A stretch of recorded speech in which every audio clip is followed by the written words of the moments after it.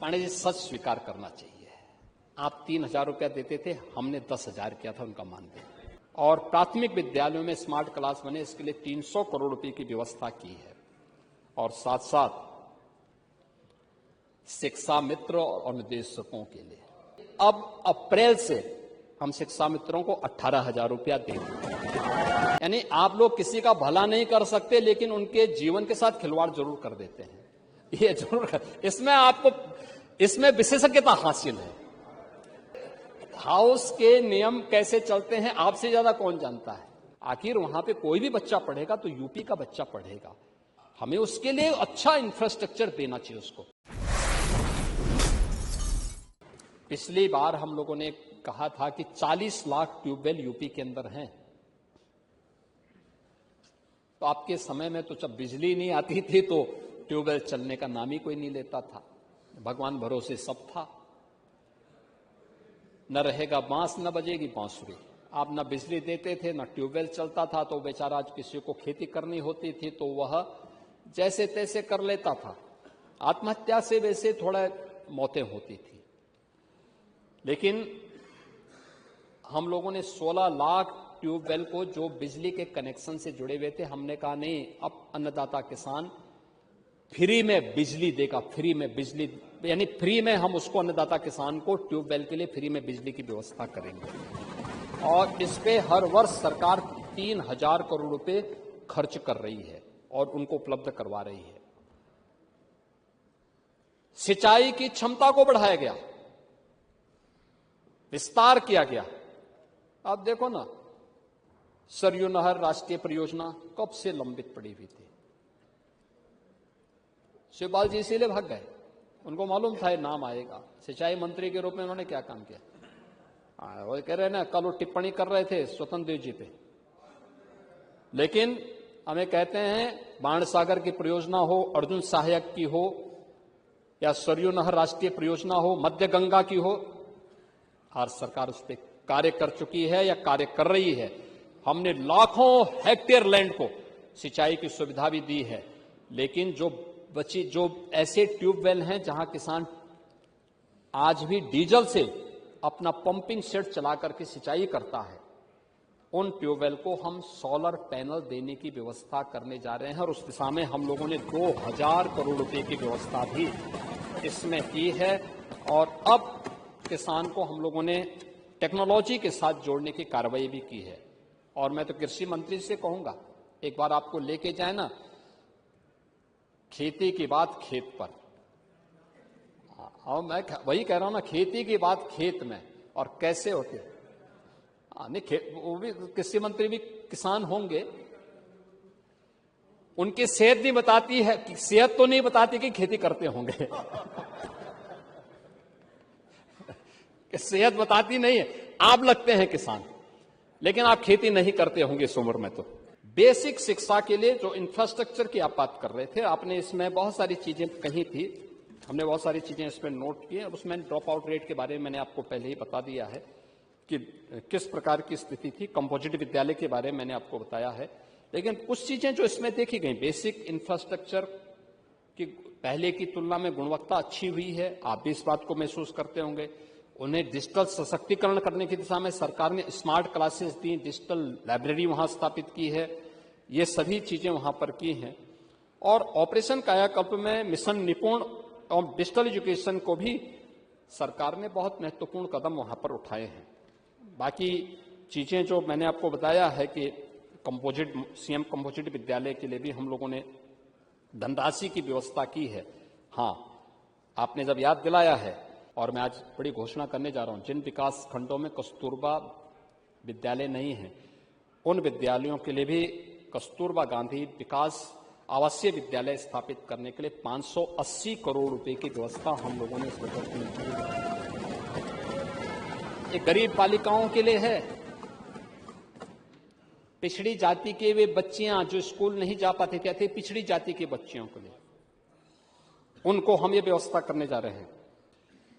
इसके अलावा स्कूल सुरक्षा ऑडिट के पश्चात अनुरक्षण कार्य के लिए भी 300 करोड़ की व्यवस्था की गई है।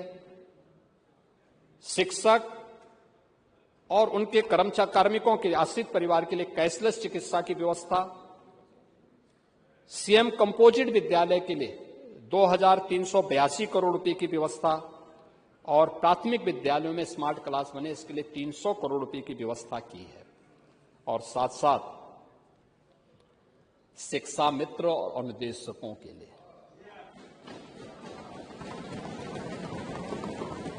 देखिए पांडे जी, सच स्वीकार करना चाहिए, आप 3,000 रुपया देते थे, हमने 10,000 किया था उनका मानदेय। हाँ, ओहो भाई, आप तो उसको बढ़ाए भी नहीं ना, आप तो बढ़ाए भी नहीं, जो भारत सरकार देती थी वही 3,000 था। लेकिन आज हम इस बात को यहां घोषणा कर रहे हैं कि अब अप्रैल से हम शिक्षा मित्रों को 18,000 रुपया देंगे।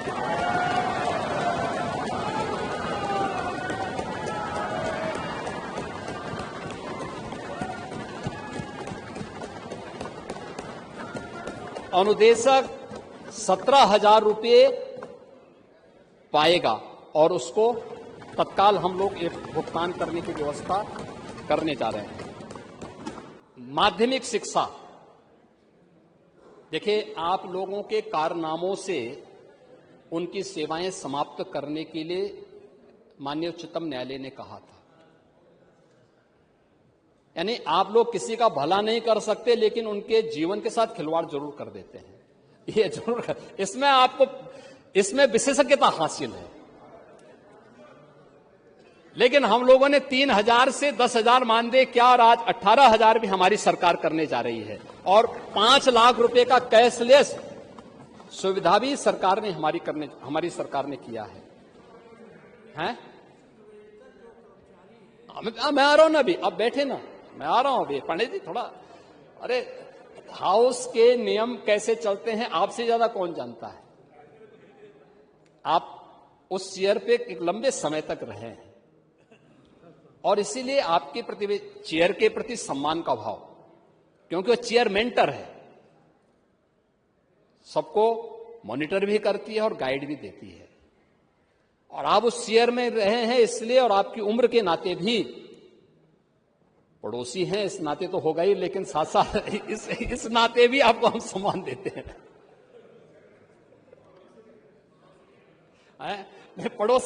पड़ोसी के नाते इसलिए, लेकिन उम्र भी है ना, दूसरा सहजता है, सरलता है, अनावश्यक को नहीं करते हैं। और ठीक है, संगत का थोड़ा बहुत प्रभाव पड़ेगा है, नहीं, ओ नहीं, देखो ऐसा नहीं भाई, देखो सम्मान होना चाहिए। माध्यमिक शिक्षा में मैंने पहले भी कहा, देखो हम लोगों के मन में इच्छा होती है कि जिन स्कूलों में हम पढ़े थे वहां का इंफ्रास्ट्रक्चर क्या है, कैसे होगा, कैसे होना चाहिए। और मैं तो आप सभी माननीय सदस्यों से भी कहूंगा, कुछ करिए जरूर उन स्कूलों के लिए जिन स्कूलों में पढ़े हैं। सरकार पैसा दे रही है और आपको तो केवल अपनी निधि से पैसा देना है, केवल कुछ पैसा आप दे देंगे, बाकी 75% पैसा अगर गवर्नमेंट है तब तो फ्री, कुछ नहीं तो आपको देना, केवल पहल कर देनी है। लेकिन अगर गवर्नमेंट एडेड है तो वहां पर हम लोगों को व्यवस्था देनी चाहिए कि 25% पैसा हम कहीं से इकट्ठा करवा करके CSR से दें, अपनी निधि से दें, कैसे दें, और बाकी 75% पैसा सरकार दे रही है। आखिर वहां पे कोई भी बच्चा पढ़ेगा तो यूपी का बच्चा पढ़ेगा, हमें उसके लिए अच्छा इंफ्रास्ट्रक्चर देना चाहिए उसको, और उसके लिए सरकार ने काम किया है और उस पर हम लोग पूरी व्यवस्था के साथ कार्य कर रहे हैं। प्रोजेक्ट अलंकार के साथ साथ हम लोगों ने खेल इंफ्रास्ट्रक्चर पर भी यहां पर सहयोग किया है।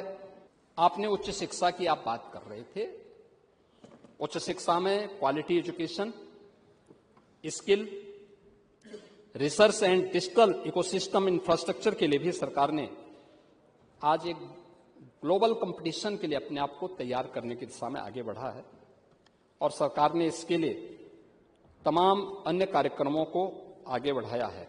देखिए, नेक का जो मूल्यांकन होता था उसमें अगर आप देखेंगे तो यूपी की छलांग क्या है। आपके समय में नेक का मूल्यांकन और उसमें जो हमें ये प्लस की जो रैंकिंग मिली थी वह आपके समय में 0 थी।